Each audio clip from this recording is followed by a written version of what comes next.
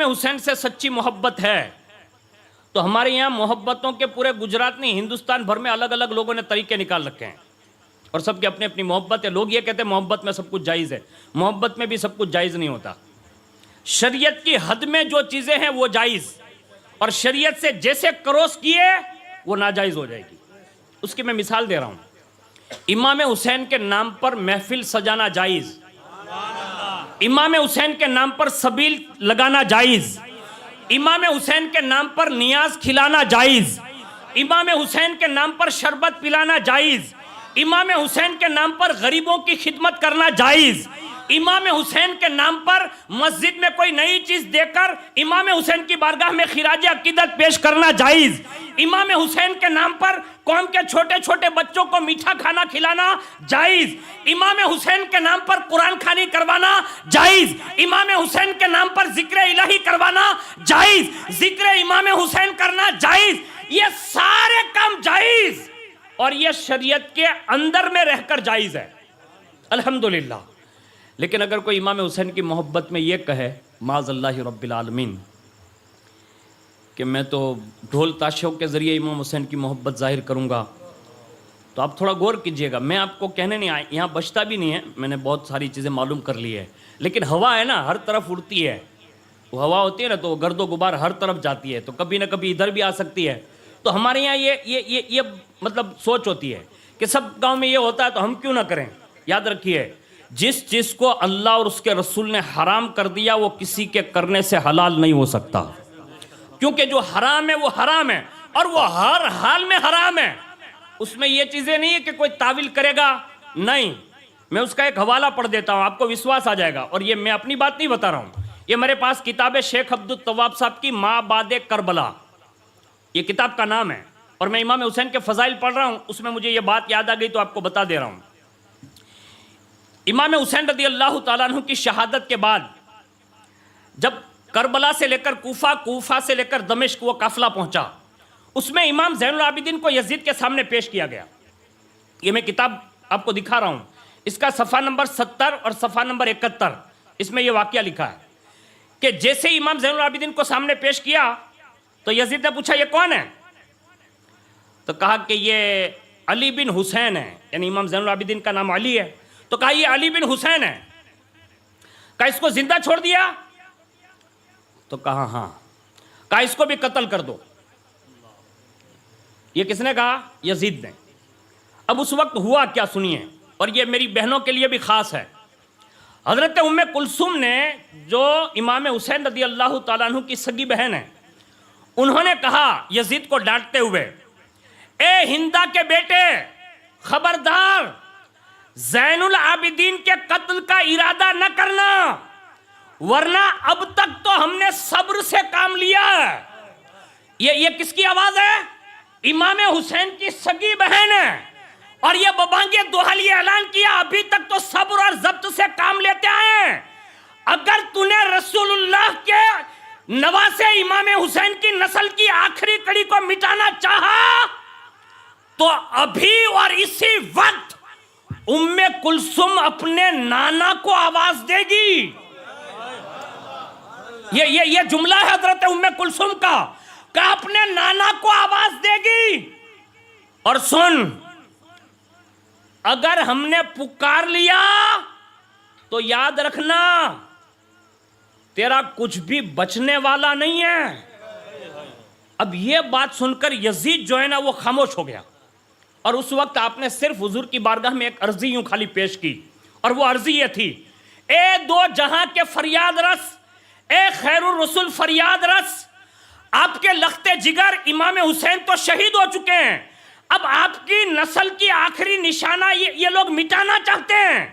بس ابھی اتنی فریاد کرنی تھی کہ یزید پر اتنی ہیبت طاری ہوئی, اتنا لرز گیا اور وہ کانپنے لگا کہ اسی وقت اس نے کہا کہ لے جاؤ امام زین العابدین کو, کال اس کو لے جاؤ, یعنی سپاہیوں سے کہا کہ یہ بیٹے کو لے جاؤ.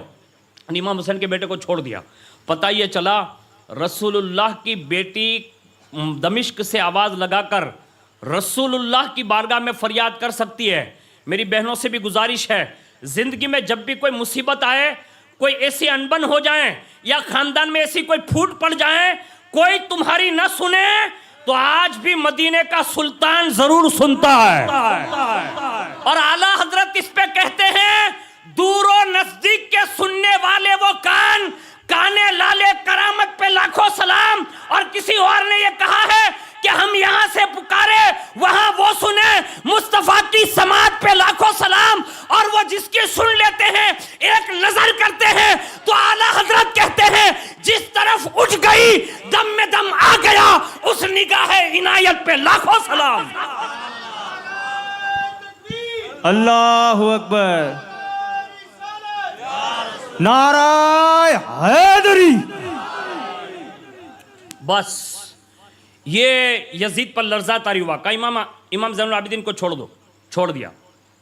اس کے بعد اس نے کہا, یزید نے کہا زین العابدین ہمارے یہاں کا لحاظ کرنا, ہمارے آداب کا خیال رکھنا, اور یہ ہمارا دربار ہے, یہاں کچھ کہنا نہیں, بس اتنا کہا. اس کے بعد چھوڑ دیا. ابھی جا ہی رہے تھے کہ اتنے میں یزید کا بیٹا آ گیا. میں امام حسین کی محبت پہ یہ بات پڑھ رہا ہوں, ہمیں سمجھنے میں بھول ہو گئی اور لوگوں نے الٹے چشمے پہنانے شروع کر دیے. آج کل تو مولانا لوگ بھی پیسے لے لے کر ڈھول کو جائز کروا رہے ہیں.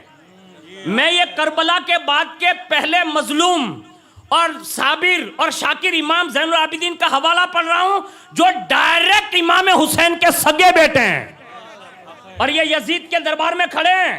ابھی جا ہی رہے تھے تو یزید کا بیٹا آیا تو کہا او علی ابن حسین, یہ میرا بیٹا آ گیا. کہا تم دونوں عمر میں برابر لگتے ہو, ایک کام کرو نا, آپس میں کشتی کرو, یعنی لڑو. بس اتنا کہنا تھا نا. تو امام زین العابدین کے ہاتھوں میں ہتھکڑیاں ہیں, پیروں میں بیڑیاں ہیں, گلے میں توک ہے. ارشاد فرمایا اگر تجھے یہی شوق ہے کہ میری رگوں میں دوڑنے والے ہاشم خون کی طاقت تو دیکھنا چاہتا ہے تو یہ سب کھول دے اور ایک تلوار تیرے بیٹے کو دے دے اور ایک تلوار زین العابدین کو دے دے. ابھی بتا دیتا ہوں کہ ہاشمی خون کسے کہتے ہیں.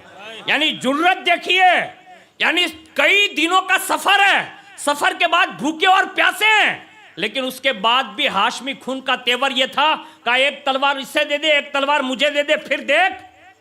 اس کے بعد آمنا سامنا ہوا. جیسے آمنا سامنا اس زمانے میں ہوتا تھا نا, تو بڑے بڑے جو یزید جیسے بادشاہ ہوتے تھے نا, تو اس کے یہاں ایک ڈھول بجتا تھا. کیا بجتا تھا؟ اس کو بولتے ہیں نوبت. وہ ڈھول بجا یعنی نوبت بجی, تو یزید کا جو بیٹا تھا نا وہ فخر سے مطلب ایسے تاڑ گیا اور کیا کہتا معلوم ہے, کہے علی بن حسین دیکھ یہ میرے باپ کے ڈھول بج رہے ہیں, یعنی نکارے بج رہے ہیں, نوبت بج رہی ہے. بس ابھی اس نے یہ جملہ کہا, قدرت کا کرنا ایسا کہ وہ وقت کسی نماز کا تھا, اور اسی وقت مسجد کے مینارے سے آواز آئی اللہ اکبر اللہ اکبر.